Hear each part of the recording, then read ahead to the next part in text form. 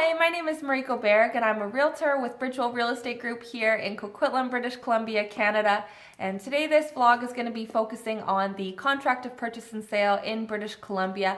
I'm going to be giving you a highlight of the CPS as it's otherwise known so that you can get ready for buying or selling a property in the neighborhood. So first things first, the contract of purchase and sale of course starts out with the purchase price. And this amount is, offered by the buyer initially and then typically countered back and forth between the buyer and the seller and negotiated until they can come to some kind of acceptance. The deposit in the Greater Vancouver or Lower Mainland area for a purchase is typically about 5% of the purchase price, and this amount is usually due within 24 hours of subject removal, and the deposit itself is going to be held by the buyer's agent's brokerage in most scenarios. The next part of the contract of purchase and sale is the terms and conditions section, and this is where you're going to be seeing the subjects. So for example, subject to financing, subject to inspection, subject to property disclosure statement. If it's a strata property, subject to strata documents with a list of all the strata documents that you need. This subject is also going to include a subject removal date that needs to be satisfied in order to proceed with handing in the deposit. And this terms and conditions section is also going to have additional terms. So for example, you might see something like warrant. The seller warrants that the property has never been used for the growth or manufacture of marijuana or any other illegal substances is one that we see very commonly. Another one is a warrant that the property will be cleaned to a professional standard upon the possession date and that it'll be free of garbage and debris. But you might also see things on the buyer side of things in this terms and conditions. For example, acknowledgement that the buyer is aware of the maintenance fee of whatever the dollar is for this particular strata property, if it is strata.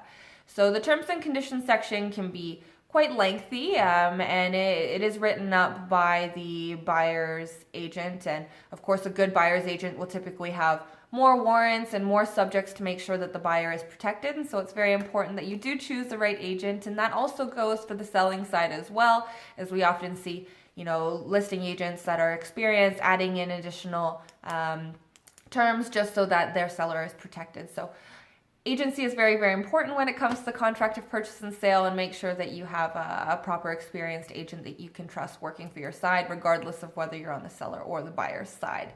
Next, moving on from the terms and conditions, you come to the dates. So the dates that you see in the contract of purchase and sale are going to be the completion day, which is the day the title transfers and the money is transferred. The adjustment day, which is the day that you're adjusting for property taxes, maintenance fee adjustments, utilities, things like that. And then of course the possession day, which is the agreed day that the buyer is going to be moving into the property. On that page as well, you will also see the included items. This is going to be the included items that the seller has agreed will go and is included in a part of the purchase price for the buyer.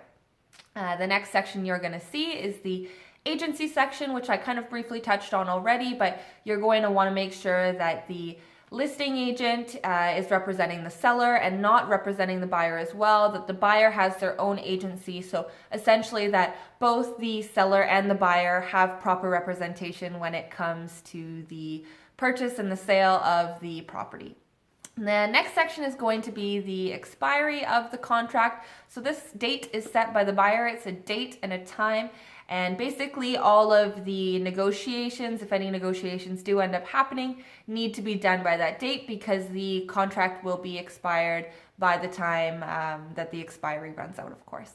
And then there is also the section at the very, very end of the contract and purchase and sale, which is the buyer's and the seller's acceptance.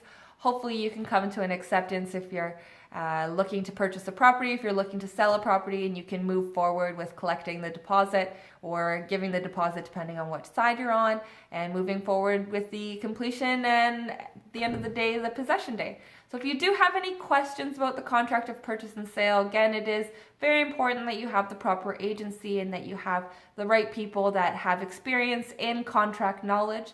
BRIDGEWELL Real Estate Group specializes in contracts and helping with buying and selling in the Lower Mainland. So if you have any questions or you're looking to buy or sell a property, please feel free to reach out to us anytime. Again, my name is Mariko with BRIDGEWELL Real Estate Group, and I hope you found this blog helpful. Thanks. Bye.